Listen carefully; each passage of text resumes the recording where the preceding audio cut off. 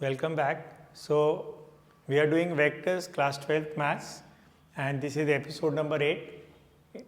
We are doing practice paper 1 which is numericals on basics of vectors. तो आज से पहले एपिसोड में हम प्रैक्टिस पेपर 1 कर रहे थे जो कलेक्शन ऑफ न्यूमेरिकल्स है ऑन बेसिक्स ऑफ वेक्टर्स. अब क्वेश्चन नंबर 13 तक हमारा हो गया था एपिसोड नंबर 7 में. अगर आप पीछे के एपिसोड्स नहीं देख रहे हैं तो आपको पीछे के एपिसोड्स देखने चाहिए जिससे कि आपका वेक्टर्स ठीक से प्रॉपरली हो जाए. अब हम क्वेश्चन नंबर 14 से शुरू करेंगे प्रैक्टिस पेपर 1. ऐसा है कि पहले मैं आपको थ्योरी करा रहा था. पहले 5 एपिसोड्स में हमने थ्योरी की है, बेसिक थ्योरी की है. फिर एपिसोड नंबर 6, 7, 8 में हम न्यूमेरिकल्स कर रहे हैं.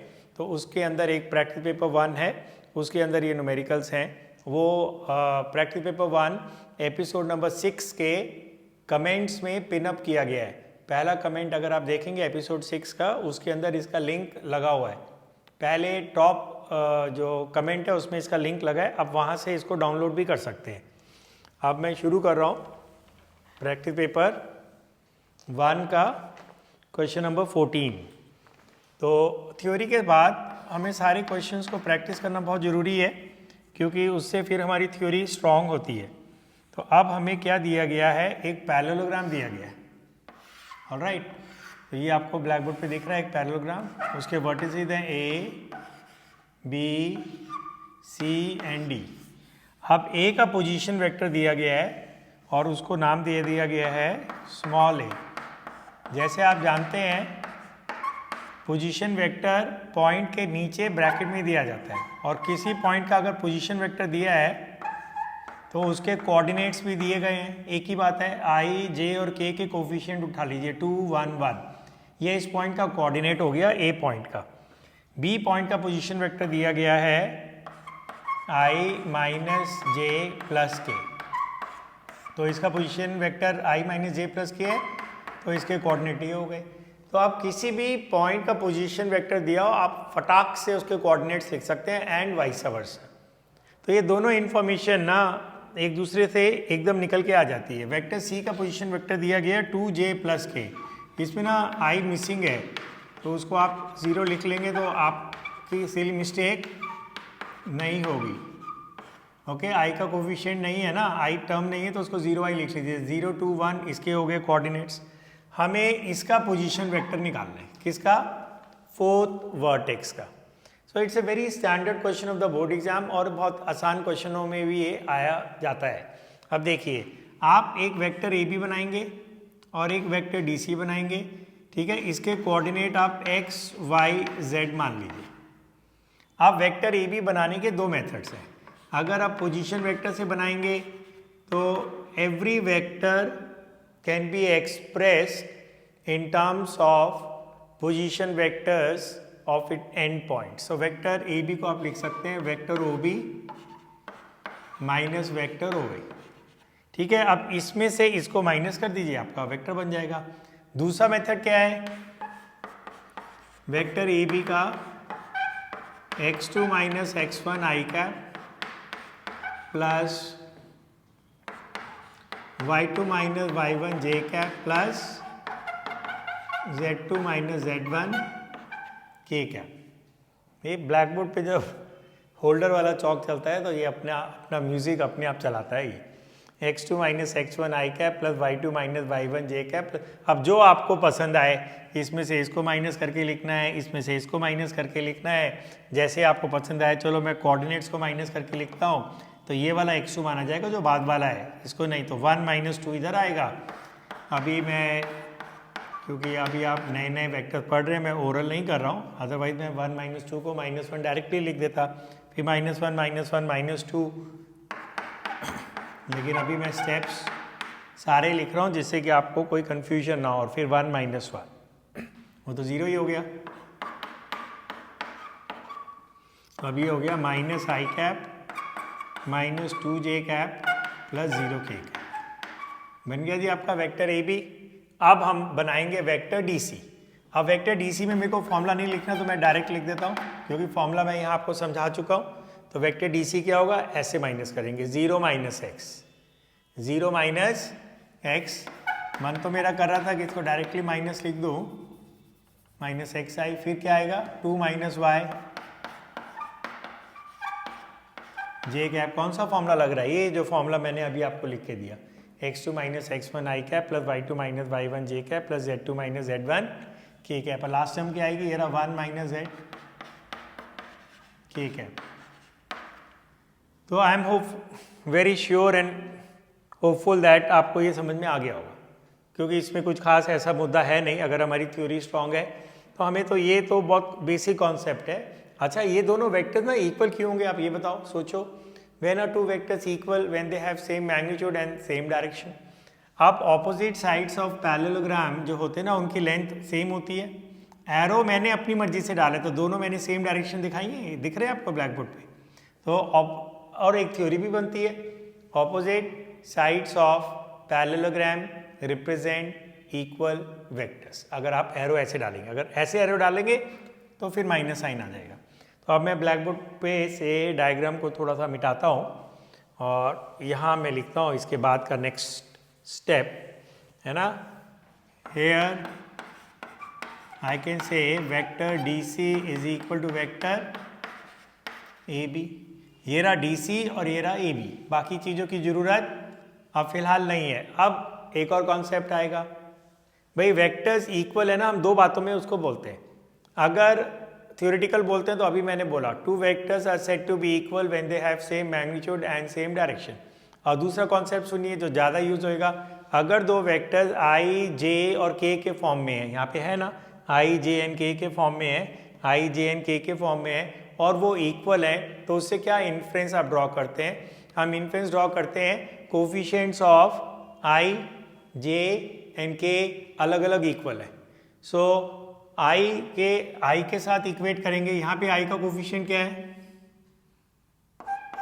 क्या है, बोलो बोलो, माइनस एक्स, ये रहा ना माइनस एक्स, और यहाँ पे आई का कोफिशिएंट क्या है, -1, ठीक हो गया। यहाँ पे जे का कोफिशिएंट क्या है, 2 माइनस वाई। यहाँ पे जे का कोफिशिएंट क्या है, देखो मेरी उंगली को देखिए, जे का कोफिशिएंट क्या है, -2। यहाँ पे के का कोफिशिएंट क्या है, 1 माइनस जेड। यहाँ पे के का कोफिशिएंट क्या है, 0। फिर से बोलूँ मैं, अगर दो वेक्टर्स इक्वल हैं, कौन सा वेक्टर यहाँ इक्वल है, डी सी, ये रहा, और ए बी मिट गया है, और ए बी, अगर वो आई जे और के फॉर्म में एक्सप्रेस्ड है और हर वेक्टर ऑलमोस्ट आई जे और के फॉर्म में एक्सप्रेस्ड होगा, तो इससे क्या इन्फ्रेंस होता है, इससे इन्फ्रेंस होता है आई का कोफिशिएंट बराबर होता है। तो यहाँ माइनस एक्स है आई के सामने, यहाँ -1 है, ये हो गया माइनस एक्स -1, तो एक्स कितना आ गया 1, वाई जे का है 2 माइनस वाई, और यहाँ कितना है -2, इस -2 को इधर ले आइए, 2 + 2 हो जाएगा, माइनस वाई को उधर ले जाइए, प्लस वाई हो जाएगा, तो वाई की वैल्यू कितनी आ गई है, 4 आ गई है।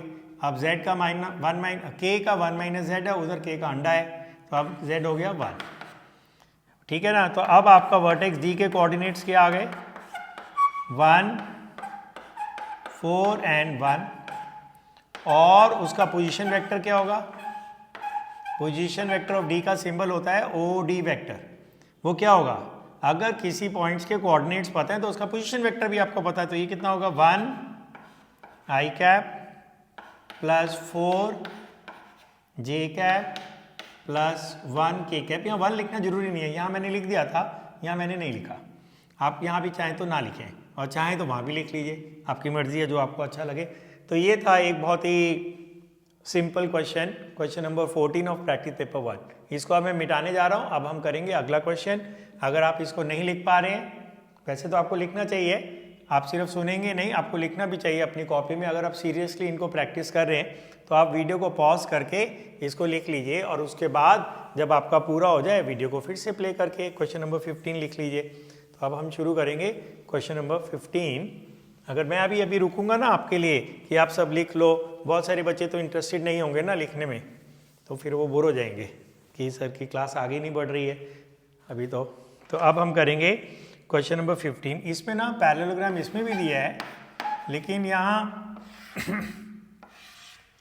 एंड पॉइंट्स के पोजीशन वेक्टर्स नहीं दिए। एंड पॉइंट्स कौन से, ये हो गया A B सी और डी, इसके पोजीशन वेक्टर्स नहीं दिए हैं, हमें ये वाला वेक्टर दिया है ए बी, और इसको नाम भी दे दिया गया है स्मॉल ए, और ये कितना दिया गया है 2i प्लस 4j, अब यहाँ जगह खत्म हो गई है, इसको मिटा दिया जाए, -5k, और b को यहाँ लिख दिया जाए बगल में। तो एक आपको वेक्टर ए बी दिया गया है जिसको नॉमेनक्लेचर दिया है, मतलब स्मॉल ए से डेजिग्नेट किया है। तो क्वेश्चन क्या बोलता है, मैं पढ़ दूं आपके लिए अगर आपके पास असाइनमेंट नहीं है। The adjacent sides of a parallelogram, adjacent sides का मतलब आजू बाजू वाली साइड्स, जैसे एक ये हो गई और ये एक ये हो गई। तो adjacent sides of a parallelogram are represented by vectors A 2i plus 4j minus 5k, और दूसरा वाला ये हो गया b। अब वैसे ये ADB है, इसको आप AD भी बोल सकते हैं और स्मॉल b भी बोल सकते हैं। ये कितना दिया है i प्लस 2j, यहाँ से थोड़ा मिटा देता हूँ, ये इसमें ओवरलैपिंग हो गया, i plus 2j plus 3k। आपको ना डायग्राम्स में कंजूसी नहीं करनी, आपको डायग्राम्स बनाने चाहिए, जहाँ मौका मिले वहाँ डायग्राम बनाइए और स्केल से बनाइए और नीट एंड क्लीन बनाइए, ठीक है। अब मैंने तो फ्री हैंड बना दिया, लेकिन आप एग्जाम में स्केल से बनाइए। प्रेजेंटेशन भी बहुत इंपॉर्टेंट होती है। The layout of your answer, the neatness of your answer, all line should be drawn with a scale. चलिए क्वेश्चन पे आते हैं। ए बी सी डी एक पैरेललोग्राम है, उसके आजू बाजू वाली दो साइड्स के वेक्टर्स दिए, ठीक है। पिछले क्वेश्चन में ए बी और सी के पोजीशन वेक्टर्स दिए थे, मतलब ओ ए ओ बी ओ सी दिया था, यहाँ ऐसा नहीं दिया है। अब आपको निकालना क्या है, इसमें पढ़ें, find unit vectors parallel to the diagonals. तो ये क्वेश्चन ना थोड़ा लंबा है। अब बताओ, अगर ये वेक्टर बी है तो ये भी वेक्टर बी होगा। अभी पिछले क्वेश्चन में भी हमने यूज किया था, opposite sides of a parallelogram, बोलो बोलो, opposite sides of a parallelogram represent equal vectors. तो यहाँ क्या आएगा, i plus 2j plus 3k, ठीक है जी। अगर मैं, ये मेरा डायगोनल है, इसको मैंने ज्वाइन कर दिया और ऐसे एरो डाल दिया, तो by triangle of addition can I say vector A B plus vector B C is equal to vector A C. कैसे, आप ए से बी गए, यहाँ आपने थोड़ा सा 2 सेकंड रेस्ट किया, फिर बी से सी गए और ये आपकी जर्नी कंप्लीट होगी, ए से बी से सी। इन दोनों का सम का दूसरा नाम पता है क्या है, रिजल्टेंट है, भूलना मत। When I say find the resultant of two vectors and find the sum of two vectors, दोनों बातें एक ही हैं। तो इन दोनों का सम क्या होता है, जो स्टार्टिंग पॉइंट है A और जो फाइनल स्टॉपिंग पॉइंट है C, उसके बीच में एक straight line, that is the shortest distance along with the direction, क्योंकि आप A से C जा रहे हैं। ये स्टार्टिंग पॉइंट है, ये फिनिशिंग पॉइंट है। और इसका एक फॉर्मूला भी बना सकते हैं हम, देखो इधर, A box plus box Q, पता है ये क्या होगा, ये दोनों अगर सेम एंगल है ना, तो ये A Q होगा। आप ऐसे भी एक फॉर्मूला अपने मन में याद रख सकते हैं। तो ये बी काट दो बीच का, तो ये हो गया ए सी। अगर डायग्राम ना भी हो ना, तो बिना डायग्राम देखे आप इस फॉर्मूले से ये इन्फ्रेंस निकाल सकते हैं। ए बॉक्स का मतलब क्या है, कुछ भी लिखो, A M plus M Q is A Q, A R plus R Q is equal to A Q. यहाँ जैसे बी है ना, A B plus B Q is equal to A Q. तो अगर आप ये फॉर्मूला याद रखते हैं तो आपको ट्राइंगल ऑफ एडिशन भी चलेगा। आप ए बी की जगह क्या लिखोगे, ए बी और स्मॉल ए एक ही है, तो यहाँ लिखोगे 2i plus 4j minus 5k, ठीक है। और बी सी की जगह स्मॉल बी, एक ही बात है, ये रहा ना, ठीक है। बी सी और ए डी बराबर है, तो हमको ए डी दिया है, बी सी दिया है, एक ही बात है, i plus 2j plus 3k। अब आपको वेक्टर एडिशन तो समझ में आ ही गई है आप तक, क्योंकि बहुत बारी हो चुकी है। How to add two vectors when they are expressed in terms of i j n k। i के कोफिशिएंट अलग ऐड करते हैं, तो ये हो जाएगा 3i 4j plus 2j 6j minus 5k plus 3k minus 2k। हो गया भाई, क्रॉस चेक कर लो, 2i प्लस i 3i। ऐसे ना बोर्ड एग्जाम में हाथ के हाथ ना बहुत क्विकली अपनी कैलकुलेशन चेक करते रहा करो, बाद में समय मिले ना मिले। 4j plus 2j 6k minus 5 plus 3 minus 2k। अब बोला है फाइंड ए यूनिट वेक्टर, तो पहले ना वेक्टर ए सी जो लंबा वाला डायगोनल है उसके आप मैग्नीट्यूड निकालिए। मैग्नीट्यूड क्या होता है, i j और के जो कोफिशिएंट्स हैं, अब तुम बोलोगे सर ये कोफिशिएंट्स क्या होते हैं यार, आई जे और के आगे बैठे हुए नंबर, यहाँ बैठा है 3 उसका स्क्वायर 9, यहाँ +6 36, यहाँ -2 उसका स्क्वायर 4। अब इसको ओरल ऐड कर लेते हैं, 36 है ना, +2 +4 40 +9 49, 49 का स्क्वायर रूट कितना होता है 7 होता है। अब आपको फॉर्मूला पता है ना, how do you convert any vector into a unit vector. Unit vector का आपको मालूम है, ये वाला सिंबल यूज करते हैं। तो हम क्या करते हैं, वेक्टर को उसी के मैग्नीट्यूड से डिवाइड कर देते हैं। अगर किसी वेक्टर को उसी के मैग्नीट्यूड से डिवाइड करते हैं तो वो यूनिट वेक्टर में कन्वर्ट हो जाता है। तो मैं थोड़ा सा इधर मिटा देता हूँ, आप तो लिख लेंगे पॉज करके दोबारा से। अब ये रहा मेरा वेक्टर, ये रहा मेरा मैग्नीट्यूड, इसको 7 से डिवाइड करके सेपरेट करके लिख दो। तो पहली टर्म हो जाएगी 3/7 आई, ये रहा ना 3, ये रहा 7, दूसरा है +6/7 और लास्ट वाला क्या है -2 और 7 से डिवाइड होगा। अगर आप इसका मैग्नीट्यूड निकालेंगे भी ना तो 1 आएगा, क्रॉस चेक करके देखा जाए, देखें 1 आ रहे हैं नहीं। इसका स्क्वायर होगा 9/49, 36/49, 4/49 ऐड करोगे 49/49 आएगा, ये 1 हो जाएगा। इसको मैं मिटा देता हूँ, जैसे मैं बार बार बोल रहा हूँ, आप इसको आराम से पॉज करके लिख सकते हैं, या पहले आप समझ लो, दोबारा से वीडियो रिप्ले कर लेना, जब लिख लेना, या रिप्ले क्यों करो, पहले देख लो फिर खुद करो, फंस जाओगे तो देख लो या आंसर क्रॉस चेक कर लो। अब हम बनाते हैं दूसरा वाला, ये वाला।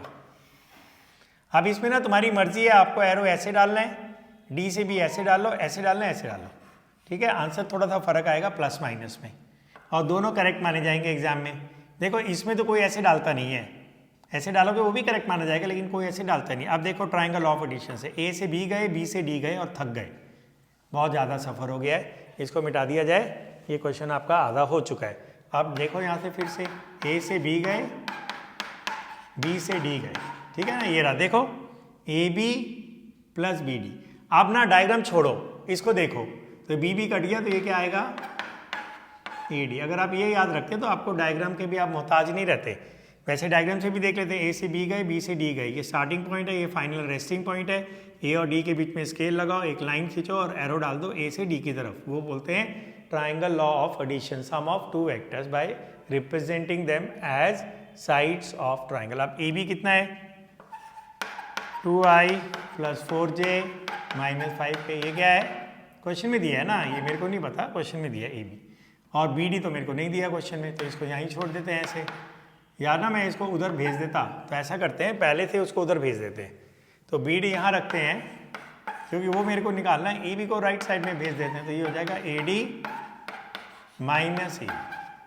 अब AD की वैल्यू डाल दो, ये रही भाई AD की वैल्यू I23, ये हो गया I cap + 2j cap + 3k minus AB, ये रहा AB 2 4 5 2 4 -5 हो गया। अब सब्ट्रैक्शन ऑफ वेक्टर भी आपको पता ही है सबको, तो I में से -2i करेंगे -i आएगा, 2j में से -4j करेंगे, कितना आएगा भाई 2j - 4j कितना होगा -2j, ये सारे नेगेटिव आ रहे हैं, ये प्लस हो जाएगा, माइनस ये 8 हो जाएगा, हो गया जी।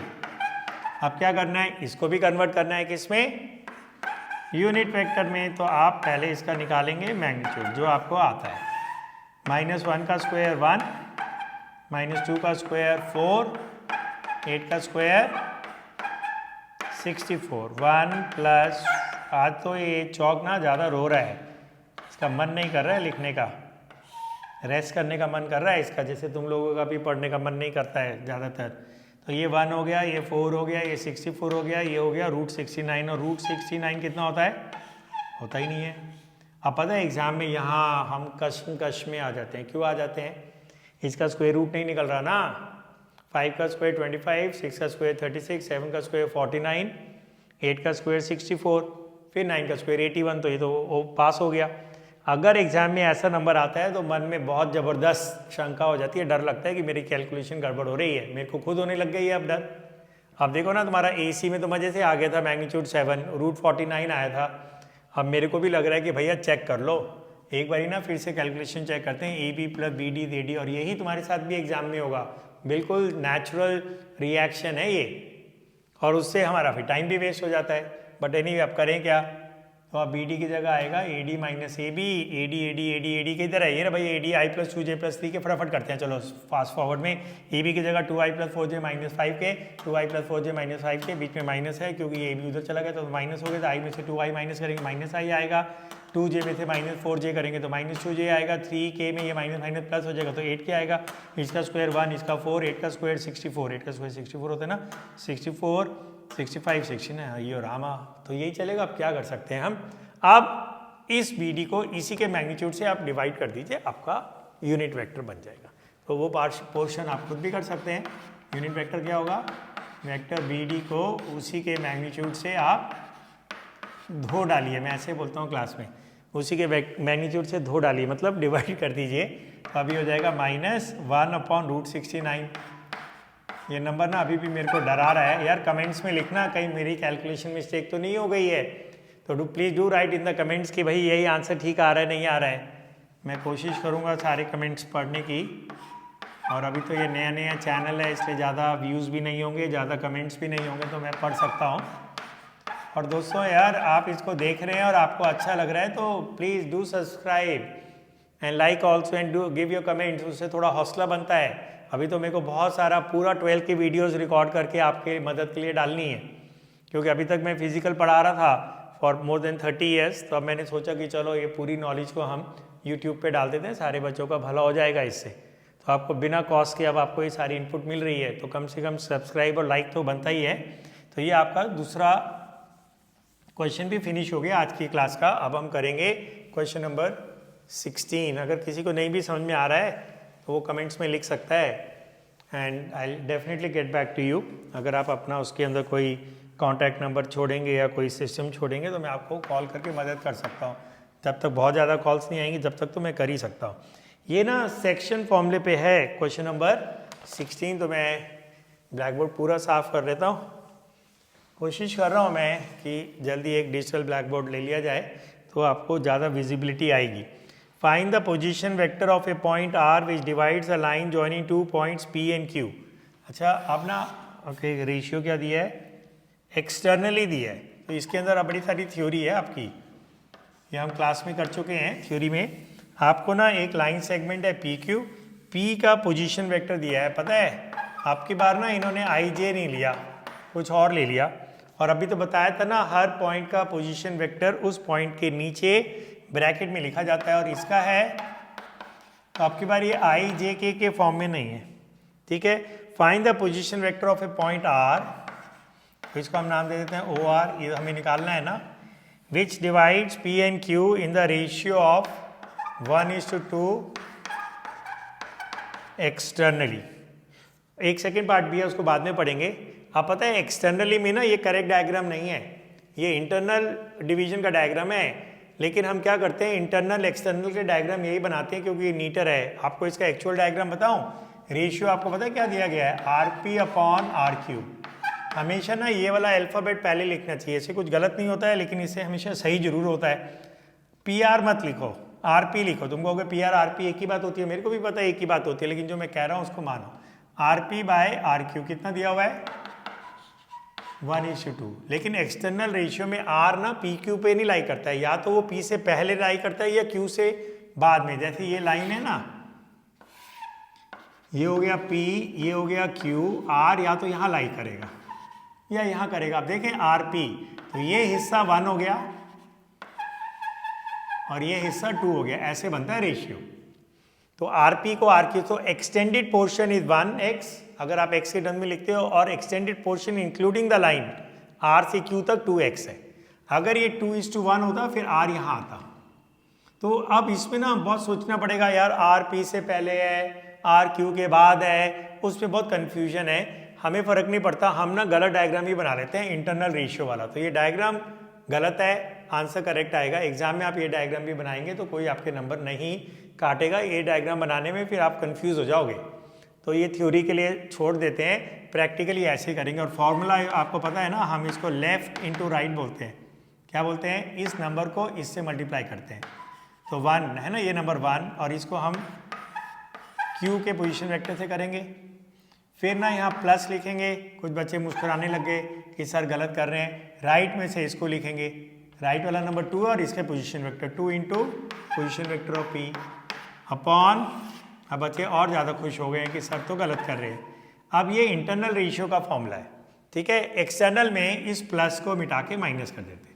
तो जो बच्चे अभी खुश हो रहे थे कि देखो सर गलत कर रहे हैं, वो फिर अभी सोचने होंगे अरे सर तो मजाक कर रहे थे, हम वैसे ही सोचने लगे कि सर गलत कर रहे हैं। तो पोजीशन वेक्टर ऑफ आर हो गया लेफ्ट इंटू राइट, एक्सटर्नल में minus, right into left. Okay, बस अब इसमें वैल्यू डाल दो, 1 लिखो या ना लिखो कोई फर्क नहीं पड़ता। a माइनस 3b, चलो मैं लिख देता हूँ या नहीं लिखता, चलो -2, इसको थोड़ा छोटा लिख दिया जाए, नीचे वाली लाइन में घुस गया ये तो, ठीक है ऐसे।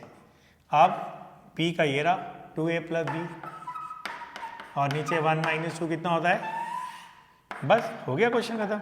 a में से -4a करेंगे -3a आएगा, ये देख लो ना, 2 × 2 4 और -3b, ये -2b हो जाएगा, देखो -3b -2b, तो ये हो जाएगा -5b और -1 से करके ये बन जाएगा आपका answer 3a + 5b, 3a + 5b। अब आपका आंसर आ गया, वही 3a + 5b, OR हो गया ना। ये OR का मतलब क्या हो गया, position vector of point R।